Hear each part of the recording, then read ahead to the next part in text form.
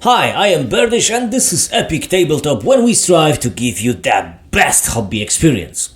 Now, today we're gonna do a little review. I was contacted by Simon from Warsteel Miniatures, and he asked me if I want to review his newer Kickstarter about Swiss soldiers, namely the awe-inspiring, dreaded and envied at the same time 15th, well, /16th century Reislaufer.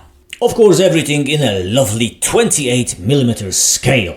This is Simon's second Kickstarter on the subject. The first one concerned unarmored troops, unarmored pikemen, halberdiers, the crossbowmen also, any sort of soldier that was sort of like available in the 16th century. Well, this time obviously is the other way around, so we do have armor, and well, actually lots of it and different kinds. It is worth mentioning that in this current Kickstarter you still can get hold of the previous one, the miniatures that I just mentioned, the unarmored ones. So if you're interested, well, you can grab them. Well, anyway, since I am a Swiss pike square enthusiast myself, I of course agreed, and Simon sent me some STL files for me to print them out. Now, I did review his previous Kickstarter, the mentioned unarmored miniatures. Well, you can still watch them on my channel, there's a link down below in the description. But before you do, I would like to say a few words about this, review of mine. Now, I would say it is a solid video, but I did experience some problems with printing, namely with supports. I got like a fused support which were hard to remove, and well, when you remove them, they left like a scarring on the miniature. So yeah, and to be frank, my explanation of the problem make no sense. But okay, to my defense, I was a very fresh when it comes to resin printing back then. But let me just say that there is no scarring, there is no support problem. I printed like at least 50 of these miniatures since then. Well, here is a proof. These are actually painted by my friend, but they just look lovely. And honestly, there was no scarring, no support problem. It was just me, okay? So you guys need not to worry if you want to pick those miniatures up. Okay, but now let's just talk about this current Kickstarter that is going right now. Of course, all the links that you need are in the description down below. Now let's just, print some miniatures and, well, let's take a look at them. So, usually everything starts with some sort of slicer. I am using risie slicer, but that down to preference, of course. All minis are in the blue from the get-go. Now, already you can see how varied the miniatures are when it comes to being armored. We can see an ordinary, if I may say so, gambeson, full plate, breastplate and a backplate on this fellow, but also just a front plate on another, and all sort of other ways of protection. All of this very historically accurate. And, by the way, there was a good reason for infantrymen not to put on rear plates. As we know, not all armor was created equal, and infantrymen tended to equip themselves with the cheaper pieces. One can find information about cases where a bullet from an arquebus pierced the front armor, and the unfortunate delinquent to whom it belonged, then, having lost enough momentum not to pierce the rear plate, it bounced off it and re-entered the body. Ugh. Anyway, printing time. My setup I've presented last time didn't change all that much.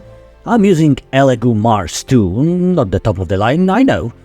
I will get something newer and better, but honestly, it's not the priority now, since this old printer prints beautiful miniatures in the end. After about 3 hours, minis were cooked and ready to be put out of oven. One change I did in my setup concerns washing minis after printing. And in fact, Simon's miniatures are ones to blame for it, in a positive way, I mean. Last time I was reviewing Warsteel Swiss, I was simply washing everything by hand. I found out that this doesn't clean miniatures properly, especially when it comes to, well, tight spaces. In this particular matter, it was a case of hands, I mean palms. Most of Simon miniatures have a hole for pike and such, and my miniatures in many cases had this hole filled with cured resin. Simply washing by hand was not enough to get rid of resin from these tiny spaces. So now I only pre-wash minis by hand, and then I'm using small ultrasonic cleaner. It does a beautiful job, and yes, it was pretty cheap. After a 3-minute of ultrasonic session, everything goes to hot bath for a moment, and then support removing time. Now, let's just stop for a second. Remember at the beginning, I was talking about supposed support problems with Warsteel minis. Observe now how supports are being removed.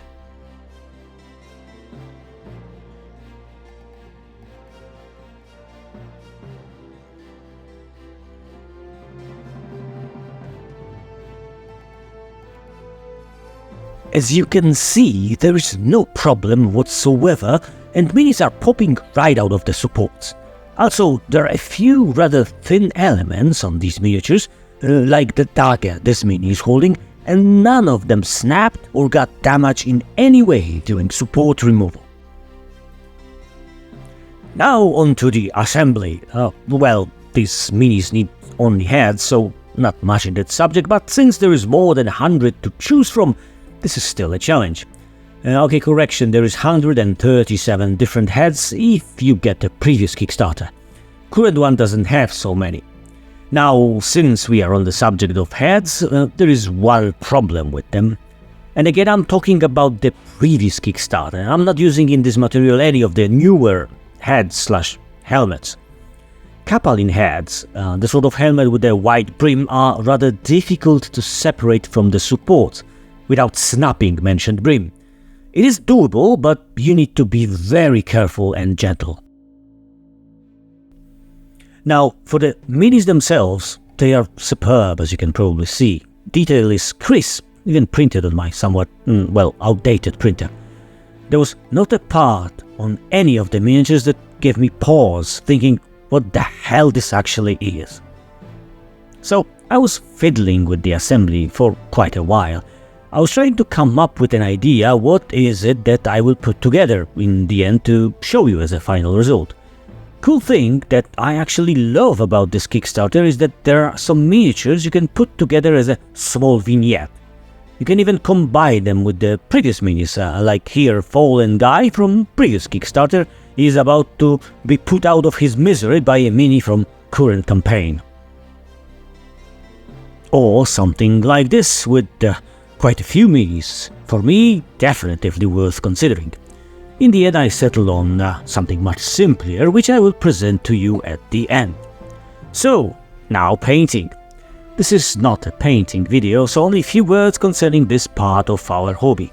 I love using Army Painter speed paints, but even when I'm not using those, I often start with 3 or 2 color zenithal highlight dry brush.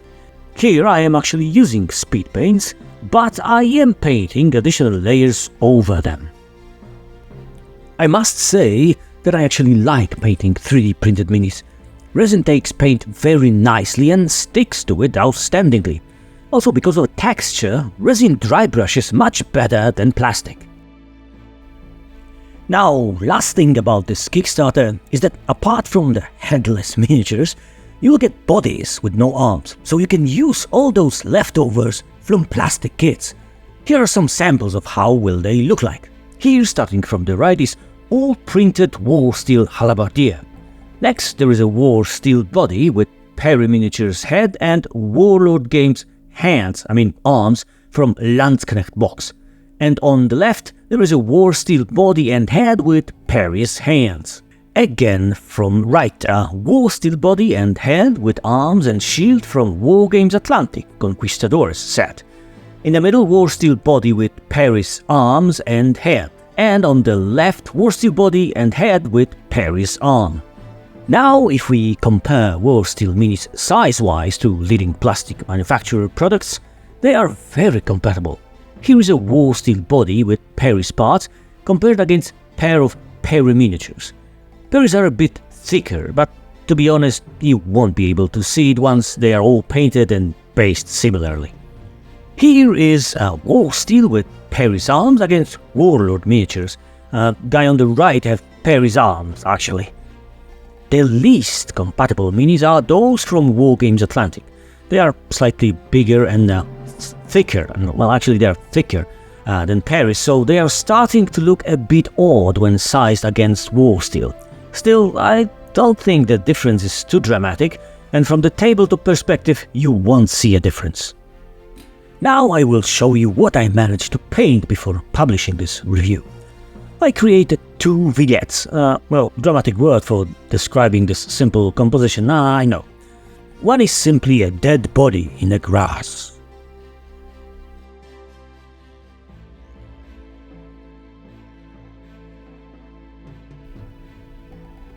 And the other is what I was toying with, some poor soul seconds before joining his creator.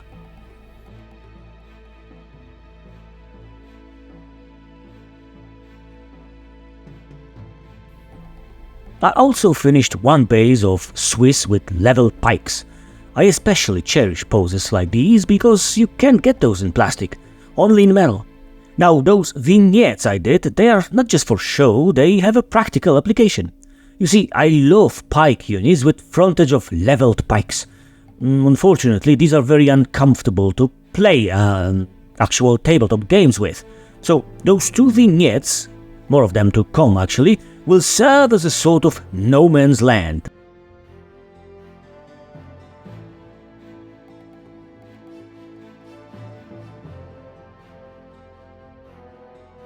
My gaming buddy Mruku, whose miniatures you saw, is creating his spike blocks in a similar way, so when they clash, they will look something like this. Sorry for this work in progress example, but I only have those 2 vignettes finished. Like I said, more to come. Some closing words for this review. I really like the new Simon's miniatures, much more than the previous iteration. This is not to say that there was anything wrong with previous unarmored miniatures, it's just that these varied pieces of armor and plates create superb minis visually very appealing. So don't wait and go grab them. To be perfectly honest, this current Kickstarter is dirt cheap for what it offers. You can also get, like I mentioned previously, unarmored Swiss from the first Kickstarter along with zillion heads, pike heads, halberd heads and other foot troops to support your pike blocks. Every 3D creator who does something other than 1356th set of fantasy or sci-fi miniatures available to buy deserves support. Simon's Warsteel miniatures are simply superb. I was using them so far to beef up my squares made of plastic or metal minis. I think with this new Kickstarter, it's going to be the other way around. With this, I leave you. Till next time. Cheers!